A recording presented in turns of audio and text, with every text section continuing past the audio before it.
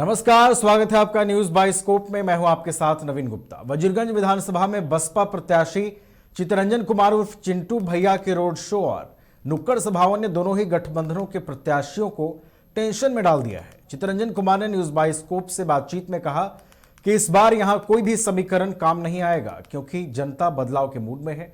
सुनाते हैं उन्होंने और क्या कुछ कहा है।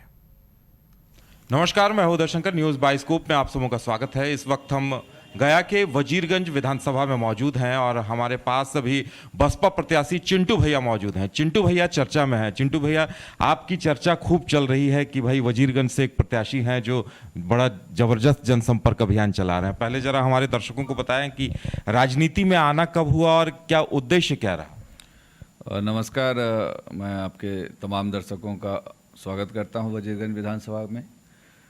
हम लोग पिछले 15 वर्षों से समाज की सेवा कर रहे हैं और निरंतर वजीरगंज विधानसभा के विकास और उत्थान के लिए काम किया जा रहा है।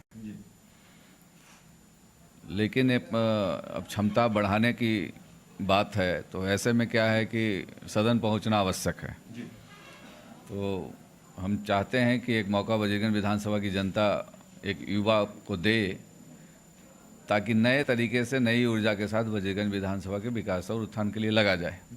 देखिए, क्षेत्र में लोगों ने, हमने बातचीत की तो लोगों ने कहा कि आपने कभी बड़ी पार्टियों के साथ जुड़कर राजनीति नहीं की और अभी आपने बसपा को चुना है। इसके पीछे वजह क्या है? देखिए, वजह यह है कि बड़ी पार्टियों में क्या है कि गणेश परिक्रमा ही कराते हैं, वो टिकट महत्वपूर्ण होता है वहाँ। और वजीरगंज में क्या है कि पार्टी महत्वपूर्ण नहीं है, पार्टी में प्रत्याशी महत्वपूर्ण है। इस बार बड़ी पार्टियों ने वजीरगंज विधानसभा में वजीरगंज विधानसभा में जो पार्टी के बड़े नेतृत्वकर्ता हैं उन्होंने उन घिसे पिटे और फिसड्डी हो चुके काम में कोई ऊर्जा नहीं उनके काम करने में दिखती है। वजीरगंज विधानसभा के लिए कुछ विकास नहीं किया उन्होंने। न रोजगार पर बात की, न भ्रष्टाचार पे बात की, न पलायन रुका, महिलाओं के सम्मान में कुछ नहीं किया। तो ऐसे लोगों को वजीरगंज विधानसभा की जनता नकार चुकी थी, लेकिन पार्टी ने ज़बरदस्ती उनको थोप दिया है यहाँ की जनता पर। इसलिए इस बार वजीरगंज विधानसभा की जनता ने स्वयं निर्णय लिया है कि पार्टी के शीर्ष नेता अगर नहीं बदल सके तो वजीरगंज विधानसभा की जनता उनको बदल करके वजीरगंज विधानसभा में एक नया अध्याय शुरू करेगी, एक नई गाथा लिखेगी विकास की। प्राथमिकताएं क्या होंगी आपकी यहाँ? हमारी प्राथमिकताएँ हैं स्वास्थ्य की, उसके बाद हम लोगों की शिक्षा पे भी, क्योंकि हमारे के यहाँ कोई ट्रामा सेंटर नहीं है। किसी प्रकार की घटना दुर्घटना हो जाती है तो तत्काल जो इमरजेंसी चाहिए वो नहीं मिल पाता। हमारे के यहाँ एजुकेशन में भी जैसे पीजी कॉलेज नहीं है, कोई इंजीनियरिंग कॉलेज नहीं है। हमारे के यहाँ वजीरगंज विधानसभा में जो एक वजीरगंज महाविद्यालय वजीरगंज है वो आज तक वितरहित ही रह गया, कभी उसको पूरा नहीं किया गया। तो वहाँ के जिन शिक्षकों को, जिन प्रोफेसरों को पैसा नहीं मिलता है वो कितने अच्छे से पढ़ाएंगे, इसलिए वो चिंता का विषय है। दूसरा है कि अपराध भी यहाँ काफ़ी है। वजीरगंज विधानसभा में के हर गांव में आज के पिछले दिनों काफ़ी चोरी हुई है। वजीरगंज विधानसभा के मानपुर में दिन दहाड़े हत्या हो गई और उधर वजीरगंज विधानसभा के मानपुर प्रखंड में अपराध काफ़ी बढ़ा हुआ है।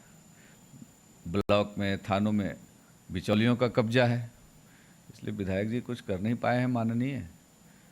तो वजीरगंज विधानसभा की जनता इस बार ए और बी को अपने पद से पदच्युत कर देगी। जातिगत समीकरण बिहार में बहुत मायने रखते हैं। आप खुद को कहाँ पाते हैं उन समीकरणों को देखते हुए? क्या हर समाज को लेकर क्या मैसेज है आपका? देखिए, मैं जिस पार्टी से लड़ रहा हूँ उस पार्टी का नाम ही बहुजन है, बहुजन समाज पार्टी। तो बहुजन का मतलब है कि इसमें कोई जात नहीं है, सभी जन हैं।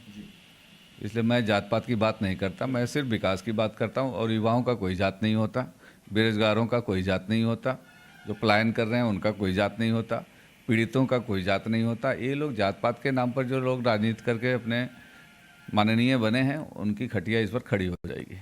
चलिए, हमें वक्त देने के लिए बहुत बहुत धन्यवाद। तो ये थे चिंटू भैया जी, जिनका कहना है कि बड़ी पार्टियों के बड़े बड़े नेताओं से लोग यहाँ आज ही जा चुके हैं, इसलिए अब बदलाव का इरादा है और इनके पास विजन स्पष्ट है कि क्या करना है वजीरगंज के लिए। अब देखने वाली बात यह होगी कि जनता का जनादेश क्या कुछ आता है, उसके लिए हमें भी 14 नवंबर तक का इंतजार करना होगा।